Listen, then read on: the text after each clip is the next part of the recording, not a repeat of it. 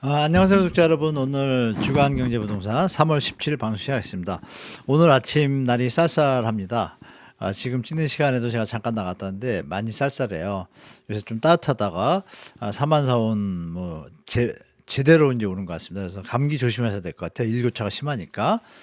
자, 그래서 오늘 부동산은 트럼프발 리세션 얘기가 자꾸 나오고 좀 시끄럽죠. 전 세계 글로벌 경제가 시끄러운데 환율도 마찬가지로 1,450원 계속 유지가 되고 있고 올해 안에 잘못하면 1,500원도 찍을 수 있는데 제가 볼 때는 어떻게 될지 모르지만 지금 미국 상황을 좀 지켜봐야 될 거 내용을 갖다 제가 뽑아왔는데요. 여론조사를 했습니다. 미국에서. 트럼프 대통령에 대해서 상황이 어떤지 아시겠지만 많은 차이로 당선됐잖아요. 당선됐는데 지금 분위기가 좀 바뀌었습니다. 바뀌어서 그거 체크하면서 요즘 서울 부동산 상승한 거 그리고 현재 상황 보도록 하겠습니다. 여러분. 한 주 동안 잘 계셨죠, 여러분? 자, 이번 주도 또 행복하게 지내시고요.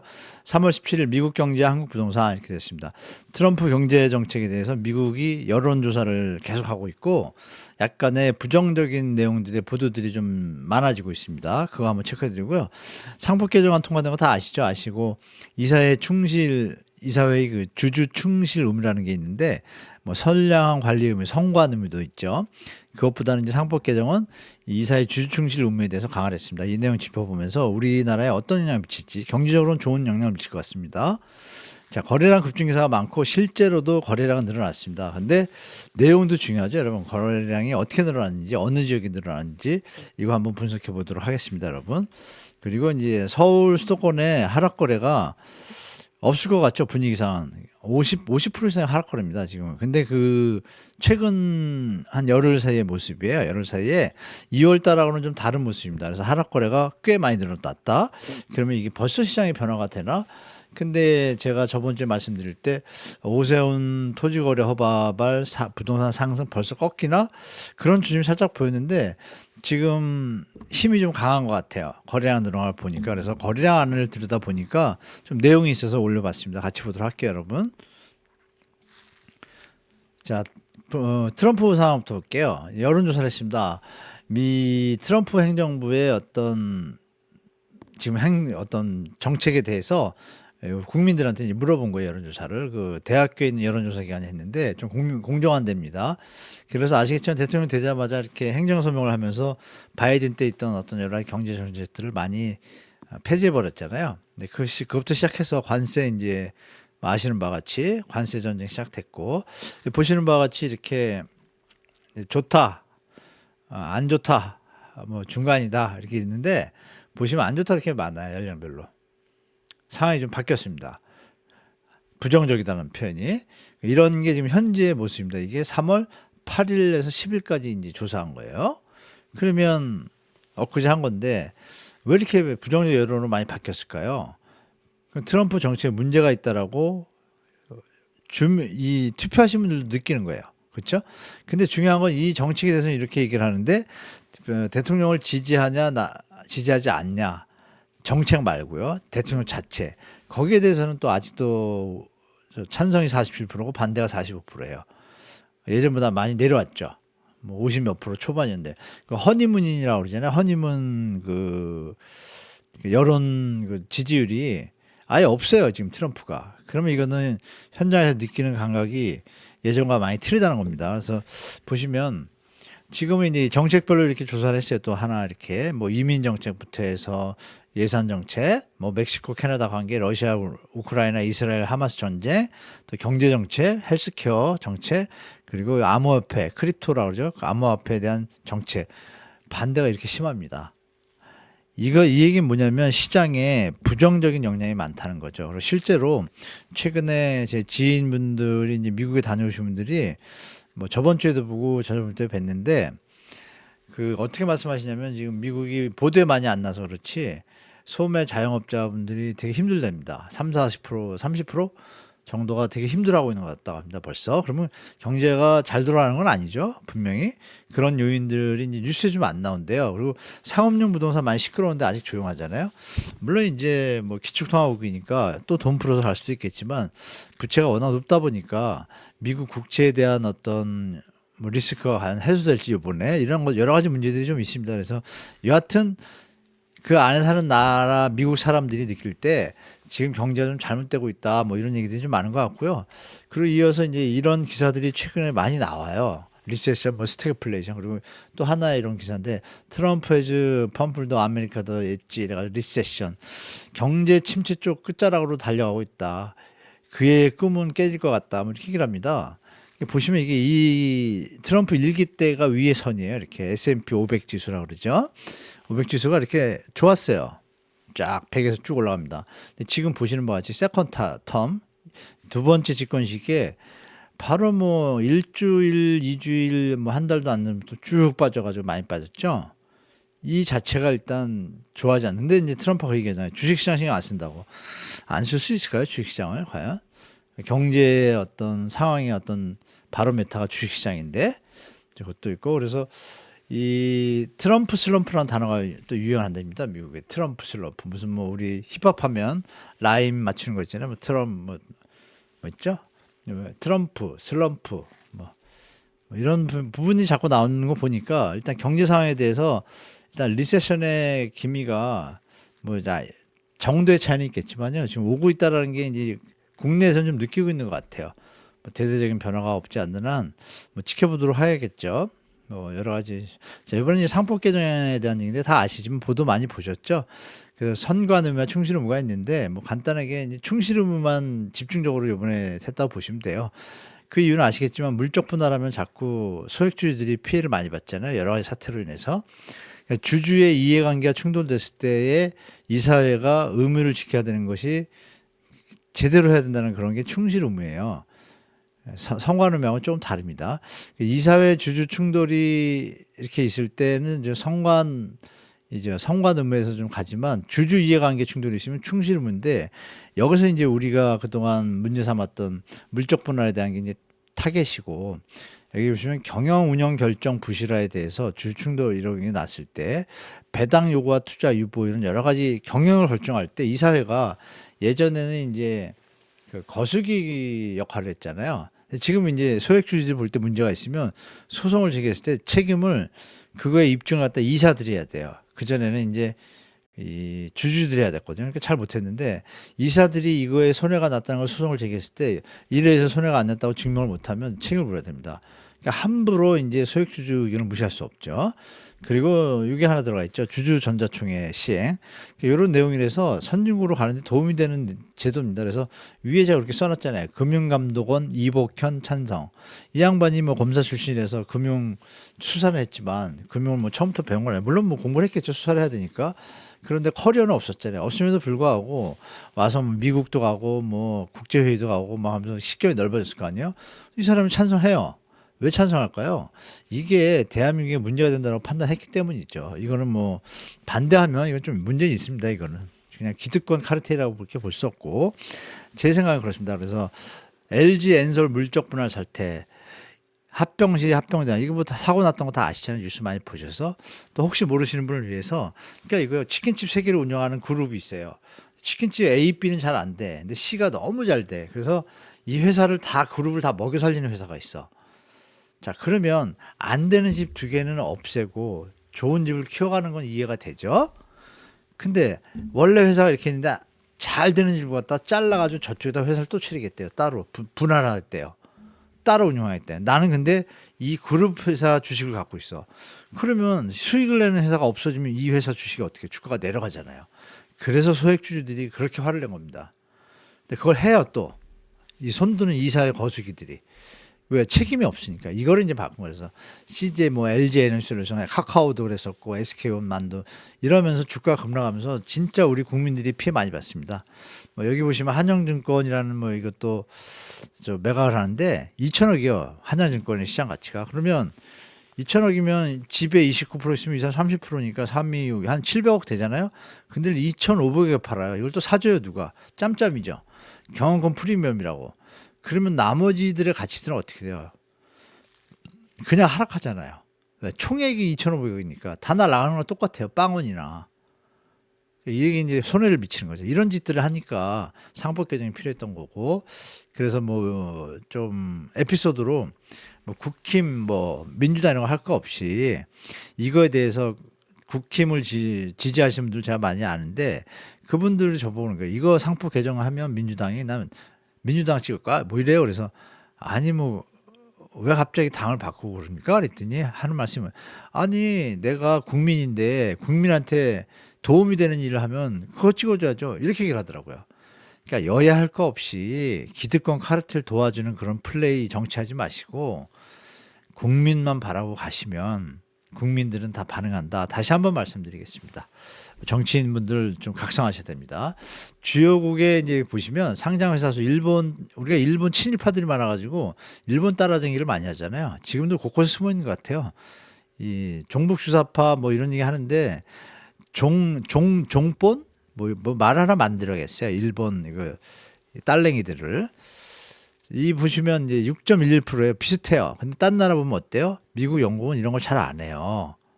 이게 뭐냐 물적 분할 얘기하는 겁니다. 모회사, 자회사 동시에 하는 게. 그리고 보면 유럽이 2% 정도 돼요. 프랑스, 독일. 딴 나라도 한 2% 정도 됩니다. 그러면 2% 많다고 우리가 조금 더 많다 이렇게 얘기하시죠. 그게 틀립니다. 내용이 어떻게 틀리냐? 이 보시면 유럽의 경우는 그 2%대가요. 물론 말씀드린 것처럼 미국하고 여기는 0%대예요. 그죠? 선진국이니까. 유럽의 경우는 2%대면은 기존 주주들이 물적 분할 아까 말한 그 뭐 자회사 모여서 같이 뭐 동시 저거 할 때 주식 매수권을 부여합니다. 먼저 기존 주주들이 있었으니까 그 물적 분할해서 회사를 설립할 때 그 주주의 권리를 보호하기 위해서 그만큼 주식을 부여할 수 있는 권리를 먼저 줍니다. 그러니까 청약 우선권을 이렇게 주는 거예요. 근데 우리나라 안 했잖아요. 지들이 싹 빼져갔잖아요. 지배층들이. 여기서 이제 욕을 먹는 거죠. 그러고서 뭐 한국 경영인 총협회 뭐 반대한다 어쩌다 뭐 어쩌고저쩌고 떠드는데 그 신소리입니다. 그 어려울 때 국가 세금으로 국민들이 낸 거로 다 살려줬잖아요. 그죠? 정말 쓰레기만도 못한 경영주들 많습니다. 한국은 이 부분이 취약하죠. 그래서 반대 주주 그러니까 소액 주주들 경영 지배층들 말고 이 양반들이 물론 잘하면 누가 그러겠어요. 잘하고 이런 짓 안 하고 회사만 잘 발전시키면 누가 반대라고 소송을 제기합니까? 이상한 짓 하니까 소송하죠. 그러니까 물적 분할 시에 유럽은 이럴 때 주식 매수 청구권, 주식 매수 권리를 부여해요. 선진국이에요.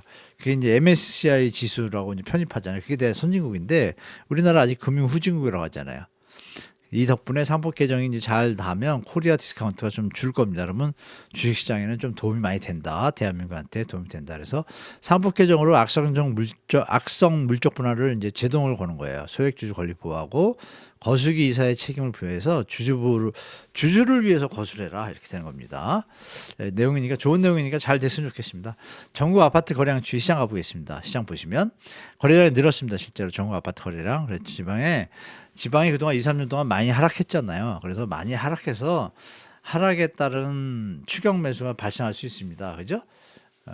그거에 대해서 매수사가 유입할 타임인데 서울발 또 부동산 상승이 떴잖아요. 1월부터 오세훈이 토지거래 허가 풀면서 시도 때도 안 맞게 생뚱맞게 물론 서울에 계셔가지고 우리 구독자 중에 팔아야 되는데 그런 분들은 좋은 타임이에요. 파세요.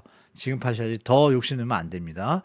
지금 끝물인 것 같아요. 제가 볼 때. 제 두 번째 끝물인데 그전에는 정부가 이렇게 개입 안 하고 꼭지를 갔었고 이번에는 개입을 막 했는데도 여기밖에 못 오잖아요. 거래량이. 그게 꼭지예요. 가격 올라갔어도.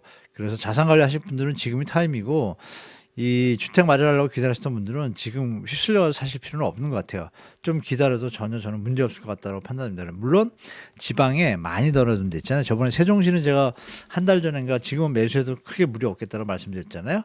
지금 여기서 많이 올라가면 다시 조정받아야겠지만 지금 가격은 크게 무리 없다고 좀 봐요. 뭐 40% 정도 빠졌다 이런 데는 좀 체크 들어가시고 뭐 다른 지방도 마찬가지입니다. 서울 아파트가 이렇게 보시면 거래량 올랐습니다. 지방도 올랐지만 전국도 올랐고요. 다 올랐습니다. 그래서 올랐는데 올란 수준이 어디냐면 여기잖아요. 그러니까 이게 이제 3월 지금 17일이니까 그러면 한 13일 정도 더 거래량이 더 붙어야 되니까 이 정도 올라오겠죠. 그러면 예전 거래량에 여기까지 못 올 것 같고 이게 다음 달 정도 또 쫓아갈 수 있을 것 같아요. 여기까지. 그럼 이게 이제 벌써 2월에 시작됐는데 중요한 건 6월이에요. 7월이면 스트레스 DSR 시행되잖아요. 그러면 대출 한도가 줄면 전체 시장에 보이지 않게 하락 요인이 되잖아요. 조정 요인이. 근데 그때까지 적으니까 제가 볼 때 3, 4, 5, 6월 세 달 정도 좀 갈 것 같아요. 그리고 저 연초에 말씀드린 것처럼 요번에는 이렇게 작년처럼 힘이 세지 못할 것 같다는 게 제 생각입니다. 꺾이기 시작하면 우리 주식하는 분 중에 아시는 분 계시지만 엘리어트 파동 이론이라고 있어요. 1파 3승 해가지고 이렇게 3파 3 이렇게 하나, 둘, 셋 가는데 여기서부터 치면 보세요. 하나, 둘, 세 개 찍었어요. 그러면 여기 올라왔다가 요거죠, 여러분. 이렇게 한 이 정도 오죠. 요 시기 한번 올 거예요. 이게 이제 2025년이라고 저는 보고 있습니다. 뭐 제가 맞출지 모르겠지만 예측은 그렇게 하고 있단 말씀이에요. 여러분들 뭐 지역마다 좀 차이가 있지만 입주 물량이 많거나 이런 데는 거의 뭐 그렇게 될 겁니다. 그 신고가 고점 인식이 생겨서 강남 상구하고 마영성의 거래가 일단 다운됐습니다. 다운됐고 보시면 요번에 이게 3월 5일부터 이 3월 14일까지 한 열흘 됐죠. 2주간입니다. 2주 정도 보시면 서울 아파트 거래 상승 하락 거래 상승한 거는 위에 거고요. 하락한 건 밑에 건데 하락 거래 꽤 많죠. 거의 반 이상입니다.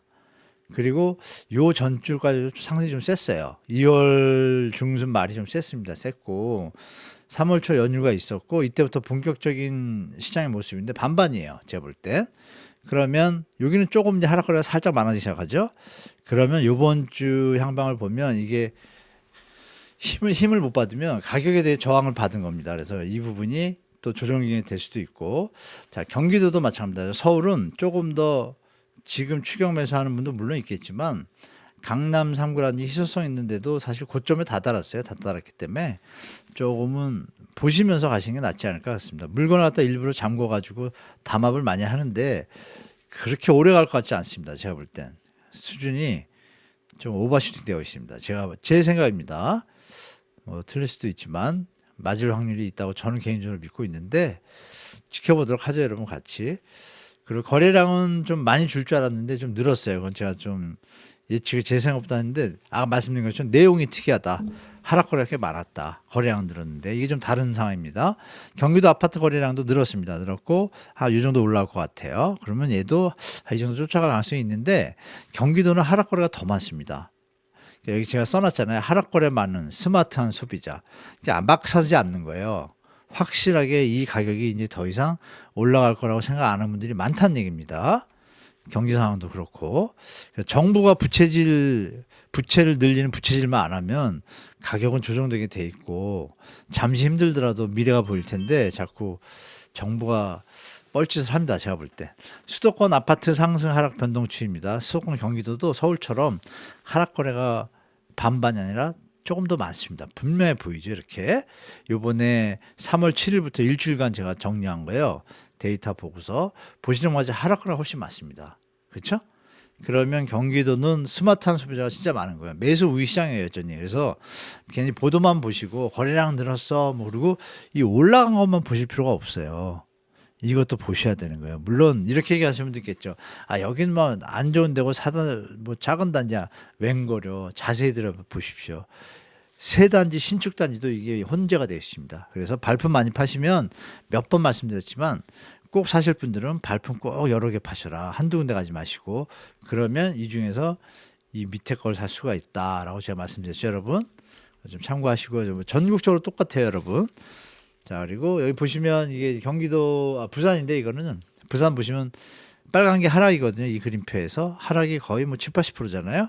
그래서 부산에 계신 분들도 경남도 마찬가지입니다. 경남도 약간 반짝였다가 다시 조정기 들어가고 있는데요. 창원 이쪽도 마산 때문에 물론 창원은 수요가 있다 보니까 뭐 일부 단지들은 좀 강세를 보일 수 있지만 전반적으로는 다 일단 조정기 들어왔습니다. 그렇게 보시고 우리 구독자 중에 창원 계신 분이 말씀 주셨는데 자세히 올리려다가 제가 말씀 못 드렸는데 전체적인 흐름 비슷해요. 부산 경남 아시잖아요. 서로 이게 연관성 있는 거. 자, 이렇게 보시고 자, 부산 아파트 거래량 볼까요? 말씀드린 것처럼 부산 여기랑 경남도 비슷합니다. 거래량이. 그래서 일부 지역은 조금 요새 좀 반등하는 기미가 있는데 여기 보시면 거래량이 지금 늘었어요. 1938개로. 그러니까 2,000, 한 2, 300개 나오겠죠? 그러면 2,000, 2, 300개면 어디예요? 요 라인이에요. 그냥 늘어봤자. 그러면 진짜 바닥이잖아요. 바닥에서 움직이고 있습니다. 그래서 절대 조급해하지 마셔라. 충분히 부산도 올해 안에 편안하게 집 마련할 수 있다. 매물 엄청 많다 말씀드릴게요. 자, 그리고 악성 미분양은 계속 늘어나고 있습니다. 서울도 늘어났고요. 인천광역시도 마찬가지입니다. 인천광역시는 거래량은 증가했어요. 여기도 똑같이. 그러니까 전국이 거래량이 좀 증가했어요. 했는데 차이점이 예전하고 확실히 다른 게 하나 있어요. 뭐가 있어요? 제가 좀 아까 말씀드렸잖아요. 뭐라 그랬어요? 네, 하락 거래가 많다는 거예요. 그러면 이게 2, 3년 가면 바닥을 다지고 3, 4년 뒤에 다시 한번 사람들이 돈을 모으고 주택가격이 충분히 조정되면, 그러니까 하락 거래가 조정이 많이 될수록 거래가 늘어나게 돼 있거든요. 그때가 3, 4년 지나면 다시 올라가요. 근데 그거 생각해 보셔가지고 앞으로 2, 3년은 제가 볼 때 올해부터 2, 3년 무슨 일이 이렇게 좀 세게 조정 올 것 같아요. 마지막 조정. 지방은 많이 내려왔으니까 뭐 조정폭이 좀 작겠지만 광역시나 수도권도 좀 꽤 많이 늘었는데 말고 덜 늘었는데도 이제 조정 구간 들어갈 수도 있을 것 같고 뭐 이런 추세가 이어질 것 같아요. 만약 외부 충격 좀 센 거 오면 뭐 저번 주에 신탁사 말씀드렸잖아요. 신탁사 같은 거 툭 터지거나 뭐 그러지 않으면 좋겠지만 지금 FPF 구조조정하는 거 보니까 더뎌요. 제가 무슨 뭐 언제 터져도 이상하지 않다는 얘기 제가 자주 드리지 않습니까? 그게 이제 몇 개 나타나면 제가 볼 땐 조정 들어가지 않을까. 올해부터 크게 올 수도 있다라고 한쪽으로 좀 생각하고 있습니다. 제가. 자, 그리고 네, 이렇게 오늘 방송 여기까지인데요. 여러분, 이 시장 상황이 거래량이 늘어난다 그러는데 신고가 행진을 일단 멈춘 것 같습니다. 멈춘 것 같고, 서초구가 4건 거래됐어요. 지금 일주 더 지나서. 서초구는 일단 끝물이라고 보시고, 송파구도 그렇게 많이 거래되는 게 제가 말씀드렸잖아요. 그 좋을 때만 500개, 600개 한 달에 이랬어요. 그러면 한 주 더 봐야겠지만 송파구가 지금 값이 많이 올랐잖아요. 그러니까 거래량이 11개로 줄었어요. 많이 줄었죠. 지금 좀 한 2, 30개 해줘야 그래도 뭐 200개, 300개 갈 텐데 좀 그런 분위기 아니에요. 꺾였습니다. 3월부터 분명히. 강남구는 좀 강남구라는 어떤 이름 때문에 그런지 거래량이 조금 있어요. 한 4, 50개 돼 있더라고요. 그래서 많이 늘었어요. 강남구에 좀 몰린 것 같고 서초구 송파구는 너무 올라가지고 좀 빠진 것 같고 강남구에 이제 뭐 높은 주택도 있지만요. 거래량은 많은데 그중에 강남에도 싼 아파트 많거든요. 그쪽으로 또 매물이 좀 많이 거래가 많이 됐더라고요. 그래서 뭐 40억, 50억, 30억 이런 건 별로 안 됐고 20억대가 그나마 조금 있고 10억, 15억, 12억 뭐 이런 게 좀 꽤 있어요. 그래서 시장이 변했구나 3월 달에 이걸 좀 느꼈습니다. 그래서 그거 보시고 노도강은 여전히 하락 거래가 많습니다. 금관구 중에 관악구 같은 경우에는 좀 많이 하락한 데라든지 이런 데들은 좀 반등하고 있습니다. 그래서 좀 꼭 집을 필요하신 분들은 발품 파시고 꼭 집이 필요한데 그래도 비싸다고 느끼신 분들은 올해 안까지는 한번 기다리셨다가 좋은 기회가 온다라면 찬스가 될 수도 있고 3기 신도시 분양이 이제 또 시작되잖아요. 그 동대문구하고 은평구 등 이제 입주 물량이 이제 나오기 시작합니다. 그럼 동대문구는 아마 전세가 하락 시작됐을 겁니다. 100% 하락됐고 신축들 나오면서 점점 하방 압력 받아서 전세 가격이 이제 하락하는데 동대문구 또 송파구도 지금 아시겠지만 그 올림픽 파크포레가 아직도 매물 그대로 버티고 있거든요. 버티고 있는데 3월 말 지나면 이제 20일인가 지나면 연체이자 붙기 시작하니까 그때가 이제 피크가 될 것 같아요. 그때 과연 올라갈 일은 없을 것 같습니다. 더 내려갔어야 되는데 안 내려가고 버티고 있거든요. 과연 지켜보도록 하겠습니다. 특이한 현상이 벌어지고 있는데 제가 태어나서 만 세대가 입주하는데 전세 가격이 버티는 경우는 처음 봤어요. 도대체 어떤 세력들이 이게 가세해서 그런 건지 아니면 실제로 수요가 많아서 그런 건지 모르겠지만 상식적인 시장이 자꾸 변하는 이런 모습이 제가 볼 때 이상현상이라고 저는 또 판단을 해요. 그래서 여러분들이 하여간 우리 신혼부부든 또 내 집 마련하기 위한 분들든 청년이든 뭐 열심히 또 조정될 시간에 분명히 저는 올 것 같으니까 뭐 제 말만 100%안 믿는다 하더라도 뭐 지금 비싼 집 살려고 그런 마음이 없으신 분들은 충분히 기다리시는 것도 한 방안이니까요. 참고하시기 바랍니다. 자, 그래서 여하튼 여러분 뭐니 해도 건강하시고 행복해야 집도 살 수 있고 팔 수 있고 이렇습니다. 그래서 건강을 잘 챙기시기 바랍니다. 우리 집이 많으신 분이든 또 집을 마련하실 분이든 건강 잘 챙기시고 이번 주 한 주도 월요일 화요일 추우니까 잘 챙기시고 행복한 한 주 되시기 바라겠습니다. 끝까지 시청해주셔서 감사합니다. 다음 영상 때 찾아뵐게요. 고맙습니다.